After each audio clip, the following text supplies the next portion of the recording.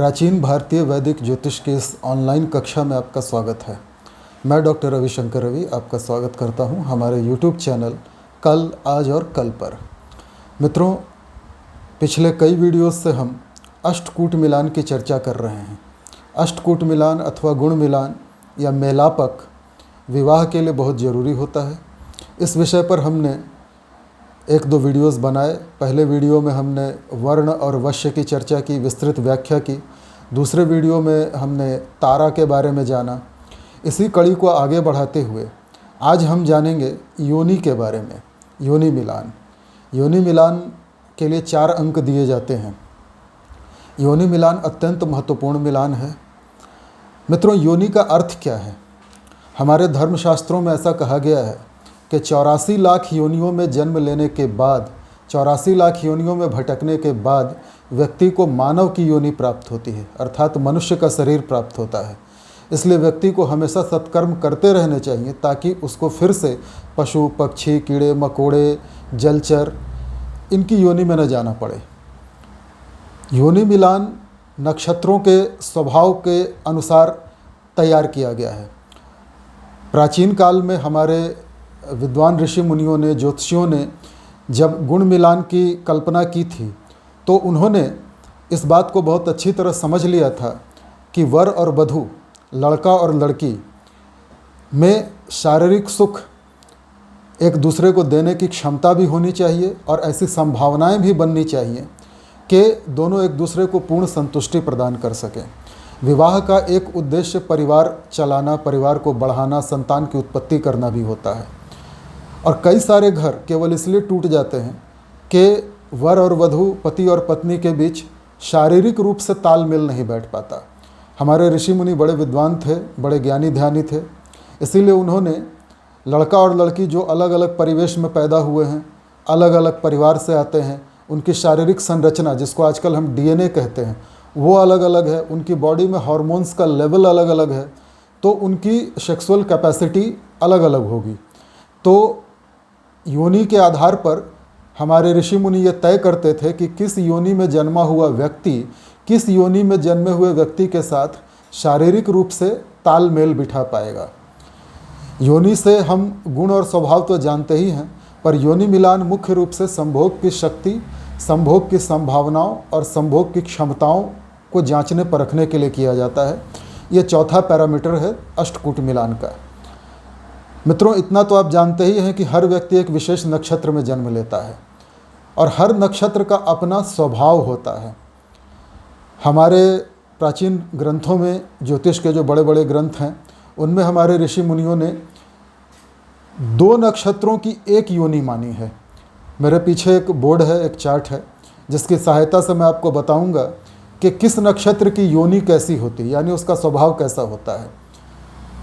इसी के बारे में आज हम विस्तृत चर्चा करेंगे। आगे बढ़ने से पहले एक विनम्र निवेदन, एक प्रार्थना। यदि आपने अब तक हमारे चैनल को लाइक और सब्सक्राइब नहीं किया है तो कृपया अब कर लीजिए। यदि आपने बेल आइकॉन के बटन को नहीं दबाया है, ऑल का ऑप्शन नहीं टच किया है, तो कृपया अब कर लीजिए। और जितना अधिक से अधिक हो सके हमारे चैनल को शेयर कीजिए अपने हर social media platform, Facebook, Instagram, WhatsApp इत्यादि इत्यादि पर आप इसको लोगों तक शेयर कीजिए, पहुंचाइए, ताकि लोग हमारे वीडियोस देख करके ज्योतिष के बारे में सीखें, समझें और अपनी समस्याओं का समाधान खुद करें। तो चलिए शुरू करते हैं आज का वीडियो। यहाँ मैंने योनि लिखा है और इसके लिए 4 अंक जो मैक्सिमम दिए जाते हैं वो लिखा है। यानी योनि मिलान अष्टकूट मिलान में चौथा पैरामीटर है और इसके लिए 4 अंक दिए जाते हैं। यदि लड़का और लड़की की योनि एक ही हो, दोनों सेम योनि के हों, तो 4 अंक दिए जाते हैं। यदि दोनों की योनियां एक दूसरे की मित्र हों तो 3 अंक दिए जाते हैं। यदि दोनों योनियां एक दूसरे की सम हों तो 2 अंक दिए जाते हैं। और यदि दोनों योनियां एक दूसरे की शत्रु हों, दुश्मन हों, तो 1 अंक दिया जाता है। और यदि दोनों योनियां एक दूसरे की अति शत्रु हों तो कोई अंक नहीं दिया जाता। तो सबसे पहले तो हम ये जान लें कि कौन से 2 नक्षत्रों की एक योनि होती है। ये इस चार्ट की सहायता से, इस लिस्ट की सहायता से जानेंगे और फिर इसका एक्सप्लेनेशन भी मैं दूंगा, इसकी व्याख्या करूंगा। तो सबसे पहले आते हैं अश्व योनि। अश्व मतलब घोड़ा, दो नक्षत्र हैं अश्विनी और शतभिषा, इन दोनों नक्षत्रों की एक ही योनि होती है अश्व। यानी अगर कोई व्यक्ति अश्विनी नक्षत्र में जन्मा हो और कोई व्यक्ति शतभिषा नक्षत्र में जन्मा हो तो दोनों की योनि एक होगी अश्व, दोनों का योनि के अनुसार स्वभाव एक होगा। यानी लड़का अगर अश्विनी नक्षत्र का है, लड़की अगर शतभिषा नक्षत्र की है, दोनों का विवाह हो जाए तो योनि के हिसाब से मैक्सिमम 4 पॉइंट मिलेंगे। इन दोनों की शारीरिक शक्ति एक जैसी होगी, इन दोनों में संभोग की संभावनाएं भी बनेंगी और दोनों में संभोग की क्षमता भी एक जैसी होगी। यानी दोनों एक दूसरे को शारीरिक रूप से पूर्णतः संतुष्टि प्रदान करेंगे। अब आते हैं अगली योनि पर, गज। गज अर्थात हाथी। भरणी और रेवती दो नक्षत्रों की योनि होती है गज। व्याख्या सेम रहेगी। तीसरी योनि है मेष। जो लोग पुष्य नक्षत्र में जन्मते हैं या जो लोग कृतिका नक्षत्र में जन्म लेते हैं उनकी योनि होती है मेष। मेष मतलब भेड़। चौथा है सर्प, सांप की योनि। रोहिणी और मृगशिरा, इन दो नक्षत्रों में जन्म लेने वाले लोग, चाहे लड़का हो चाहे लड़की हो, उनकी योनि सर्प होगी, सांप। फिर है श्वान, कुत्ता। मूल में अगर कोई पैदा होता है, मूल नक्षत्र में या आर्द्रा नक्षत्र में, तो उसकी योनि कुत्ते की होती है। मार्जार, बिल्ली। बिल्ली को मार्जार कहते हैं, बिलाव। तो यदि कोई आश्लेषा नक्षत्र में पैदा होता है या कोई पुनर्वसु नक्षत्र में पैदा हुआ तो उसकी योनि मार्जार की होगी, बिल्ली की योनि होगी। मूषक, चूहा। यदि कोई मघा नक्षत्र में पैदा हुआ हो और कोई पूर्वा फाल्गुनी नक्षत्र में पैदा हुआ हो तो उन दोनों की योनि होगी मूषक, चूहे के जैसी। गौ। यदि कोई व्यक्ति उत्तरा फाल्गुनी नक्षत्र में पैदा हुआ हो या उत्तरा भाद्रपद नक्षत्र में पैदा हुआ हो, उनकी योनि होगी गौ, गाय के जैसी। महिष, भैंसा। यदि कोई व्यक्ति स्वाति नक्षत्र में पैदा हुआ हो या फिर हस्त नक्षत्र में पैदा हुआ हो, दोनों की योनि होगी महिष। व्याघ्र, बाघ। यदि कोई व्यक्ति विशाखा नक्षत्र में पैदा हुआ हो या कोई व्यक्ति चित्रा नक्षत्र में पैदा हुआ हो, दोनों की योनि होगी व्याघ्र, बाघ। उसके बाद आते हैं मृग, हिरण। कोई व्यक्ति ज्येष्ठा नक्षत्र में पैदा हुआ है और कोई व्यक्ति अनुराधा नक्षत्र में पैदा हुआ है, उन दोनों की योनि होगी मृग। वानर, अगली योनि है वानर, बंदर। यदि कोई व्यक्ति पूर्वाषाढ़ा नक्षत्र में पैदा हुआ हो और कोई व्यक्ति श्रवण नक्षत्र में पैदा हुआ हो तो उन दोनों की योनि एक ही होगी, वानर। नकुल, नेवला। नकुल नेवले को कहते हैं। यदि कोई व्यक्ति उत्तराषाढ़ा नक्षत्र में पैदा हुआ है और कोई व्यक्ति अभिजित नक्षत्र में पैदा हुआ है, उसकी योनि हो जाएगी नकुल। अभिजित नक्षत्र को 28वां नक्षत्र भी कहते हैं। 27 नक्षत्रों के बाद कुछ विद्वान, कुछ ज्योतिषी इसको एक 28वां नक्षत्र भी मानते हैं। अंतिम जो योनि है वो है सिंह, शेर। यदि कोई व्यक्ति पूर्वा भाद्रपद में पैदा हुआ हो या किसी व्यक्ति का जन्म धनिष्ठा नक्षत्र में हुआ हो तो उसकी योनि बनती है सिंह। ये 14 प्रकार की योनियां होती हैं। अब ये सारे जो योनियां जो सारी हैं ये जानवरों के हिसाब से ही क्यों हैं? इसका कोई मकसद होगा, कोई उद्देश्य होगा। आइए इस पर चर्चा करते हैं, इसकी व्याख्या करते हैं। जैसा मैंने बताया कि यदि लड़का और लड़की दोनों की योनि एक ही है तो सर्वाधिक 4 अंक दिए जाते हैं। ये 4 अंक दिए जाते हैं इस बात पर कि दोनों का गुण, धर्म, स्वभाव एक होगा, तो उनमें लड़ाई झगड़े की संभावना नहीं होगी। योनि मुख्य रूप से देखी जाती है लड़का और लड़की की संभोग की क्षमताओं और संभावनाओं के लिए। वैसे तो ये चीज़ें भकूट से भी देखी जाती हैं, पर भकूट विशेषकर प्रेम को बताता है और योनि संभोग की क्षमता और शक्ति को बताता है। अब मान लीजिए मैं बार बार संभावनाओं और क्षमता की बात कर रहा हूँ, शक्ति की बात कर रहा हूँ। मान लीजिए लड़का लड़की की शादी हुई, लड़का आर्मी में है, सेना में है, चाहे थल सेना में है, चाहे वायु सेना में है या जल सेना में है। लड़के की पोस्टिंग हो गई सियाचिन बॉर्डर पर। सियाचिन मतलब हिमालय की पहाड़ियों पर, जहाँ आदमी का जीना बहुत मुश्किल होता है, माइनस में टेम्परेचर रहता है। वहाँ पे हमारे सिपाही, हमारे भारतीय सेना के सिपाही किस प्रकार अनेक कष्टों का सामना करके अपनी जान पे खेलकर हमारी आपकी रक्षा करते हैं, देश की सुरक्षा में चौकीदारी में लगे रहते हैं। वहाँ जीवन अत्यंत कठिन है। इसी तरह मान लीजिए नौसेना यानी नेवी के किसी सिपाही की शादी हुई किसी लड़के की, और उसकी पोस्टिंग हो गई हिंद महासागर में किसी समंदर पर, तो क्या वो हिंद महासागर में अपनी पत्नी को ले जा पाएगा? या जिसकी पोस्टिंग सियाचिन में है, सियाचिन ग्लेशियर पर, क्या वो वहाँ अपनी बीवी को ले जा पाएगा? ऐसा संभव नहीं है। आर्मी में ऐसा कोई रूल नहीं है कि सियाचिन ग्लेशियर पर जो जवान पोस्टेड हैं वो अपनी पत्नियों को अपने साथ रखें, संभव नहीं है। या भारतीय सेना के किसी सिपाही की पोस्टिंग हो गई चाइना के बॉर्डर पर, नॉर्थ ईस्ट में, मणिपुर या अरुणाचल प्रदेश वगैरह में, वहाँ जंगल हैं, पहाड़ हैं, इतनी दुर्गम परिस्थितियाँ हैं कि आदमी जी ही नहीं सकता। हमारे सेना के जवान तो चूँकि ऐसी परिस्थितियों के लिए अभ्यस्त होते हैं, उनको ट्रेनिंग होती है, इसलिए वो तो किसी प्रकार से रह लेते हैं। लेकिन महिलाएं, क्या महिलाएं ऐसी जगहों पर रह पाएंगी? नहीं। तो विवाह होने के बाद भी, सब कुछ अच्छा होने के बाद भी लड़के को अगर अपनी पोस्टिंग पे जाना पड़ गया तो वो अपनी पत्नी को साथ नहीं ले जा सकता, अर्थात संभोग की संभावना नहीं बनेगी, ऐसी सिचुएशन नहीं बनेगी कि पति पत्नी साथ रह के सहवास कर सकें। दूसरा, क्षमता।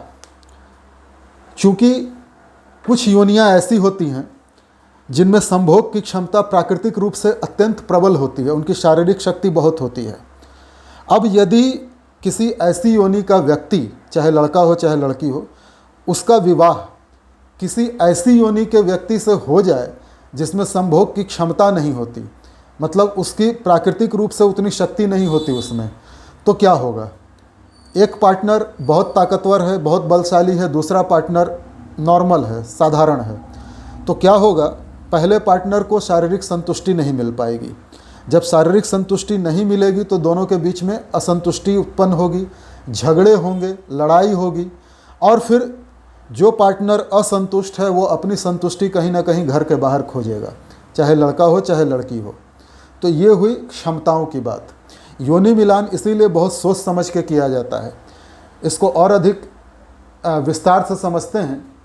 मान लीजिए कोई व्यक्ति, यानी लड़का मान लीजिए सिंह योनि का है, सिंह शेर, और लड़की गज योनि की है, हाथी।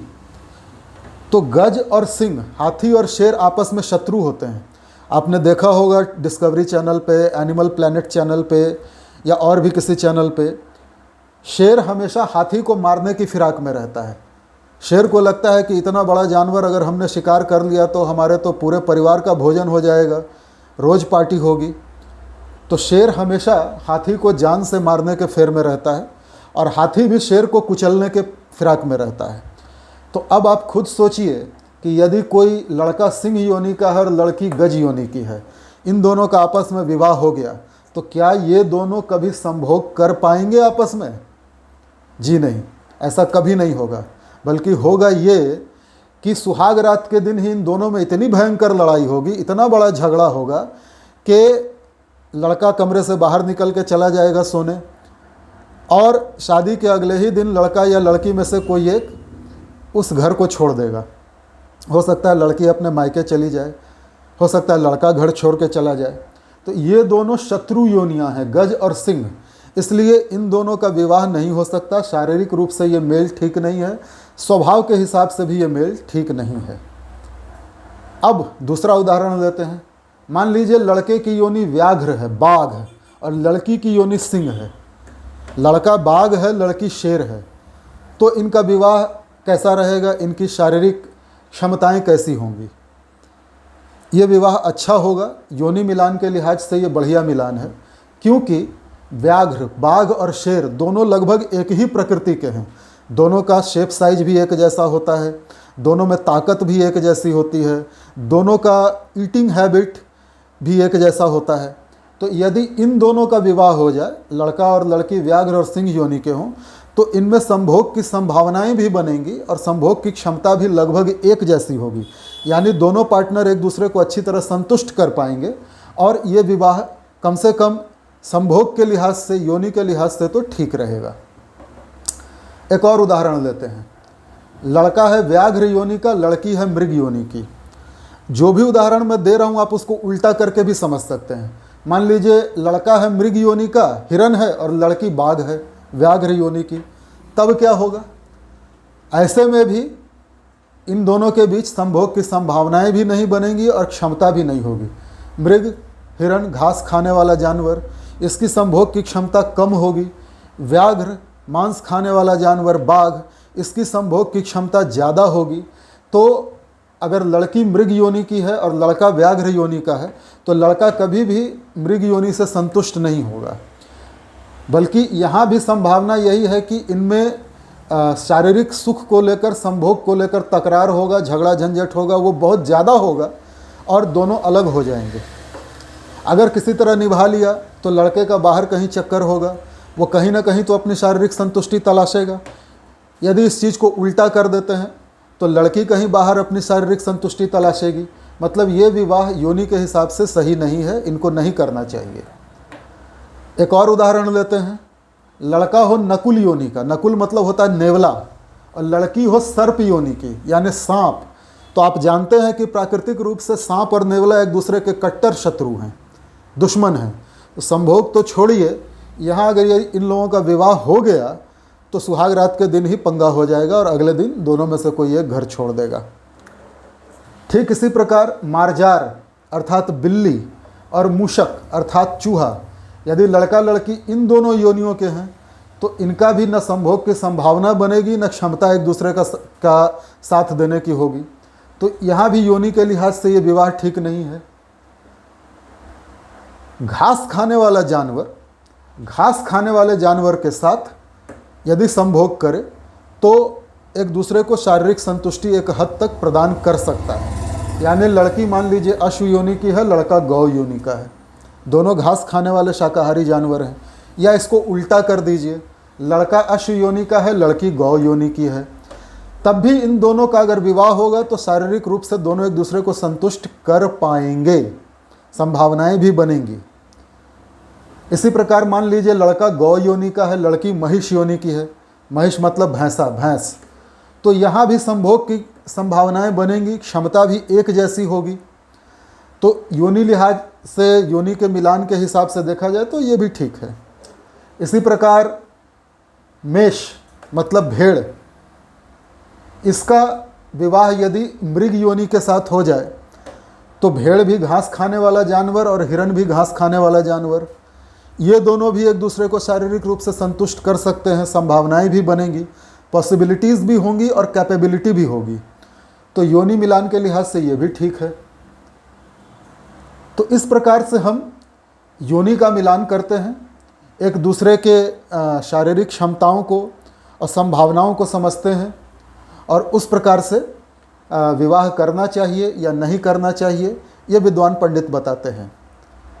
तो आशा है कि अब आप योनि को समझ गए होंगे। अब तक हम 4 पैरामीटर्स की व्याख्या कर चुके हैं। आगे 4 और पैरामीटर्स, 4 और मापदंड बचे हुए हैं अष्टकूट मिलान के, उनकी चर्चा हम अगले वीडियो में करेंगे। तो आज के लिए बस इतना ही। मिलते हैं अपने अगले वीडियो में एक अगले पैरामीटर, एक नए पैरामीटर की विस्तृत व्याख्या के साथ। तब तक के लिए धन्यवाद।